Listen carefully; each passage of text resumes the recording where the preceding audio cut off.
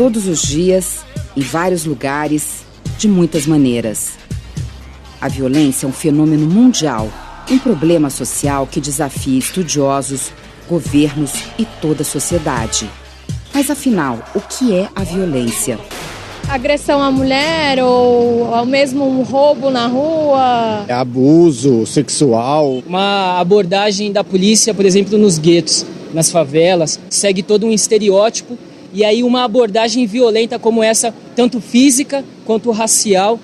A violência não é um fato novo na história da humanidade. É uma prática antiga. Esteve presente nas mais diversas sociedades e assumiu diferentes formas em cada uma delas. A violência ela é vista como um motor da história, como se não fosse possível contar a história sem contar os episódios de violência. É um general, é uma revolução, é uma guerra, é uma conquista. E isso acaba naturalizando a violência.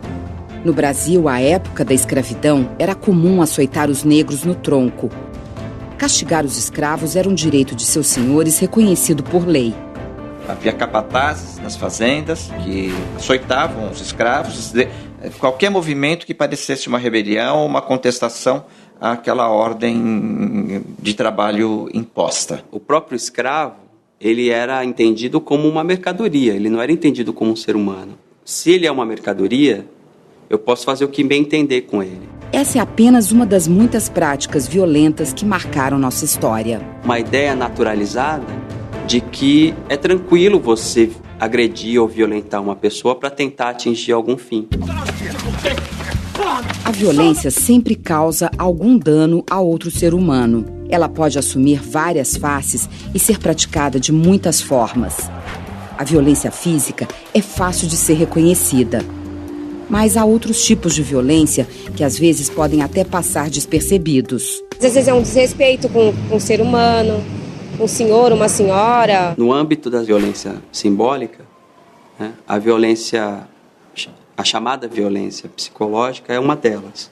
Abuso de autoridade, agressão verbal, abandono de incapaz, desprezo, indiferença. A pessoa vai se ficando cada vez mais introspectiva, não é? Cada vez mais evita uma vida social. Certamente isso provoca um sofrimento e uma dor psíquica e psicológica que muitas vezes não é visível. As agressões cometidas dentro de casa, em geral contra crianças, idosos e mulheres, é uma das faces mais comuns da violência. É a chamada violência doméstica. Além do dano causado na pessoa, ela causa um dano direto na família, principalmente nos filhos, porque essas crianças passam a entender que a violência pode ser aplicada em outros ambientes também. Segundo uma pesquisa da Secretaria de Políticas para as Mulheres, em 75% dos casos, as mulheres são agredidas pelo marido, companheiro ou namorado. 59% das agressões denunciadas ocorrem diariamente. Tem uma história social por trás dessa ideia, porque, tal como no período da escravidão, o escravo era visto como uma mercadoria, há um outro problema no Brasil, que é o machismo, que é o patriarcalismo, que também é uma ideia de que o homem, ele é o dono da casa, ele é o proprietário da mulher, ele é proprietário das crianças. Como dono daquela pessoa, ele teria o direito de fazer o que bem entendesse. Fala a verdade pra mim.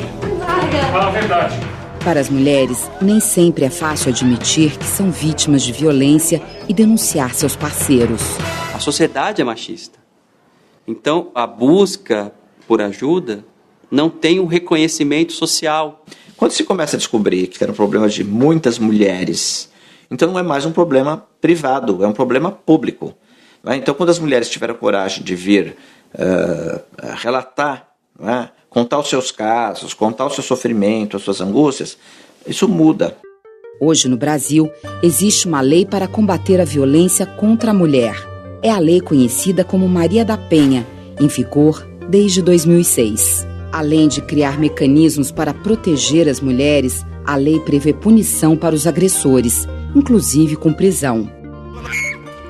Apesar dos avanços trazidos pela lei, o número de mulheres mortas por conta desse tipo de agressão não foi reduzido. O problema não é apenas criar novas leis, mas é a mudança de uma cultura da violência, ainda muito presente no Brasil.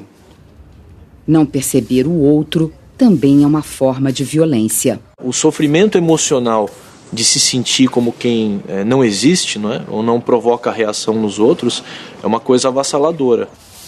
Durante 9 anos, uma vez por semana ao menos, Fernando atuou como gari na cidade universitária de São Paulo. Perto da faculdade onde estudava, não foi reconhecido pelos colegas, nem pelos professores.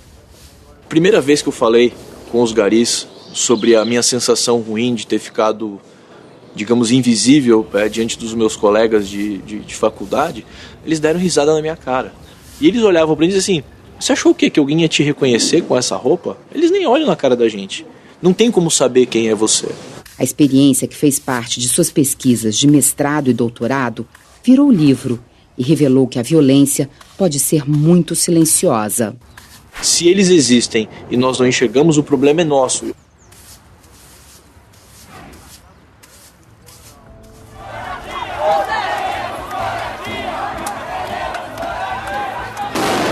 A violência também pode ser permitida pela sociedade. É o caso de situações nas quais o Estado age para cumprir a lei, em defesa do território, da manutenção da ordem pública ou do direito à propriedade privada.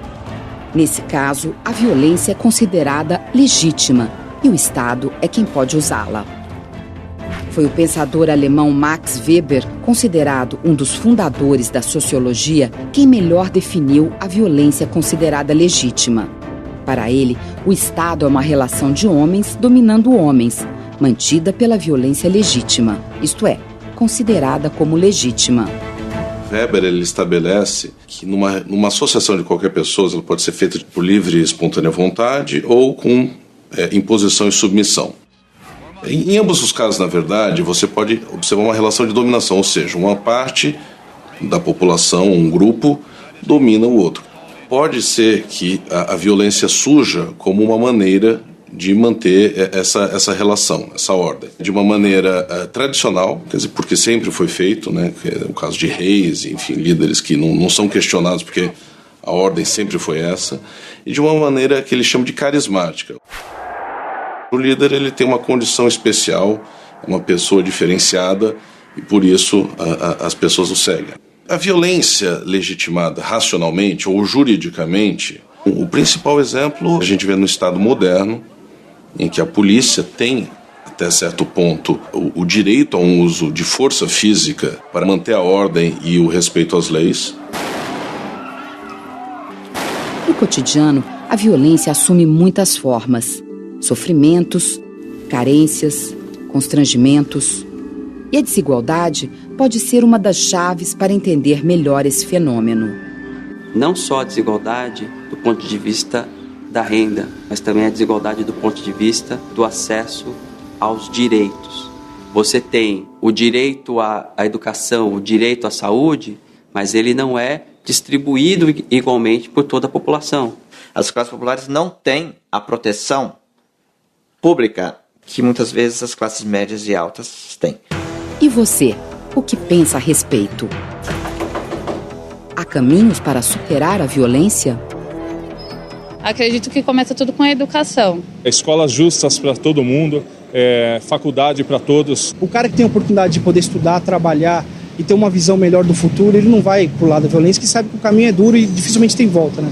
Então é preciso melhorar as nossas instituições, é preciso melhorar a nossa confiança interpessoal, é preciso alterar a sociedade no sentido de superar essa cultura da violência que ainda é tão presente.